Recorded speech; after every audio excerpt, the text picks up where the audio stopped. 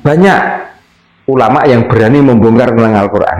Bahkan Al-Quran ini kan sudah pernah direvisi. Nah, sudah banyak ulama yang berani membongkar bahwa Al-Quran ini sudah direvisi. Berarti kalau begitu kan ini nggak murni, nggak mutlak. Iya.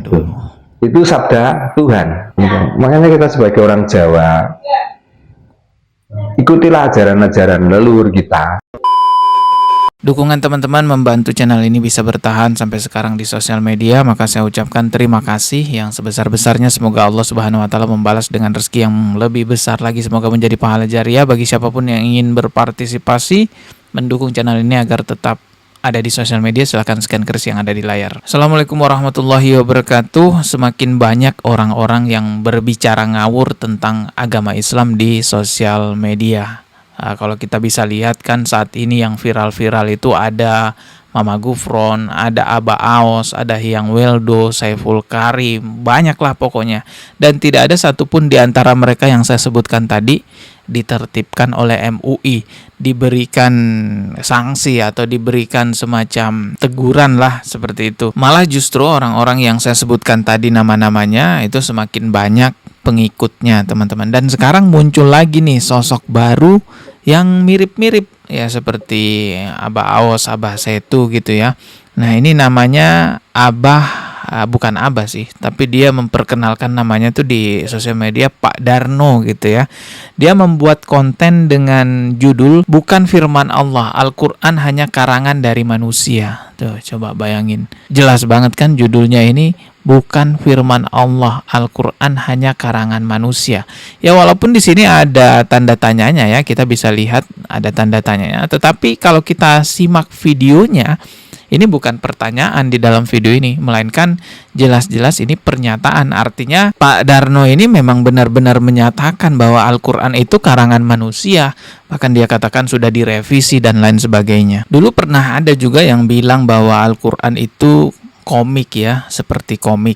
Bahkan komikmu juga Quran. Semua yang bisa dibaca adalah Quran. Ya, itu sudah pernah saya bantah ya perkataannya Hyang Weldo. Nanti video bantahannya saya letakkan linknya di deskripsi. Kali ini kita akan mereaksi Pak Darno ini ya, yang juga mengatakan bahwa Al-Quran itu ya karangan gitu ya. Coba kita lihat dulu aja videonya. Makanya kita sebagai orang Jawa, ikutilah ajaran-ajaran leluhur kita. Ya, kalau tentang Tuhan kita tuh nggak butuh ajaran-ajaran dari luar. Jadi sebagai orang Jawa katanya nggak butuh ajaran-ajaran dari luar. Maksudnya ajaran Islam gitu ya, yang dia maksud ajaran dari luar. Tapi banyak juga orang Jawa yang Muslim tuh banyak ya. Perkataan Bapak ini tentu tidak mewakili orang Jawa secara keseluruhan gitu ya. Berarti intinya seperti Al-Quran juga cocok karangan manusia, Pak ya? Kan sudah banyak ulama yang berani membongkar tentang Al-Quran. Bahkan Al-Quran ini kan sudah pernah direvisi. Nah, sudah banyak ulama yang berani membongkar bahwa Al-Quran ini sudah direvisi. Pertanyaannya, ulama siapa namanya? Katanya sudah banyak. Kalau bicara tuh pakai data, sebutkan namanya. Bayangkan, bahkan itu mungkin saja sudah tahun 1900 sekian itu Al-Quran itu direvisi. 1900 sekian ulama merevisi Al-Quran. Siapa? Ulama siapa? Sepanjang videonya nih yang saya tonton nggak ada satupun nama yang disebutkan. Ini ngawur nih, ngomong sembarangan tentang ulama, memfitnah ulama. Berarti kalau begitu kan ini nggak murni, nggak mutlak. Iya. Itu sabda Tuhan. Sudah jelas. Sudah jelas katanya Al-Quran nggak murni sabda Tuhan. Nah, dari situ kan kelihatan bahwa sebenarnya Al-Quran itu adalah pedoman hidup. Setiap agama itu mempunyai kitab, dan kitab itu penyampaian langsung dari manusia. Nah, kita kan beranggapan bahwa Al-Quran itu penyampaian langsung dari Tuhan. Makanya pertanyaannya, kalau itu disampaikan oleh Tuhan melalui malaikat Jibril dan disampaikan Nabi Muhammad, saksinya siapa? Pernahkah di situ dijelaskan waktu ayat ini turun, ini saksinya? Dia nanya saksi. Tempatnya di sini. Oke. Gitu. Kan di situ ditulis hanya asbabun nuzul. Iya. Sebab turunnya ayat itu. Kan itu. Tapi waktu turunnya ayat itu siapa yang menyaksikan? Oke. Karena Nabi semuanya mempunyai sahabat. Iya, ya. Di antaranya sahabat siapa yang menjadi saksi? Oke, Gitu. ya. Jadi Bapak ini menanyakan siapa saksinya ketika Al-Quran itu diturunkan kepada Nabi Muhammad Sallallahu Alaihi Wasallam. Maksudnya tuh siapa orang lain selain Rasulullah yang tahu bahwa yang diturunkan kepada Nabi Muhammad Sallallahu Alaihi Wasallam itu wahyu dari Allah? Jawabannya adalah Waraqah bin Naufal. Justru awalnya itu Rasulullah nggak tahu bahwa apa yang dialami Rasulullah di Gua Hira itu adalah turunnya wahyu dari Allah melalui malaikat Jibril alaihissalam. Rasulullah tahunya itu setelah diantarkan oleh istrinya ke Waraqah bin Naufal dan berkonsultasilah di sana. Ternyata peristiwa yang dialami Rasulullah di Gua Hira itu adalah peristiwa turunnya wahyu pertama kali. Dan Waraqah bin Naufal menjelaskan bahwa seperti inilah yang juga dulunya pernah dialami oleh Nabi Isa alaihissalam. Jadi sosok Waraqah bin Naufal inilah yang pertama kali menyaksikan, bersaksi bahwa apa yang dialami oleh Nabi Muhammad SAW itu adalah proses turunnya wahyu kepada Nabi Muhammad SAW. Ada ulama yang berpendapat bahwa Waraqah bin Naufal ini adalah seorang Nasrani yang masih berpegang teguh terhadap ajaran murni Nabi Isa alaihissalam, sehingga Waraqah bin Naufal ini juga menuhankan Allah Subhanahu wa taala sebagaimana Nabi Isa alaihissalam juga menuhankan Allah Subhanahu wa taala. Nah, Pak Darno, Anda kalau nggak ngerti nggak apa-apa, nanya baik-baik, Pak. Kita akan jelaskan. Yang jadi masalah kan Bapak mengklaim bahwa tidak ada saksinya lah. Saksinya siapa?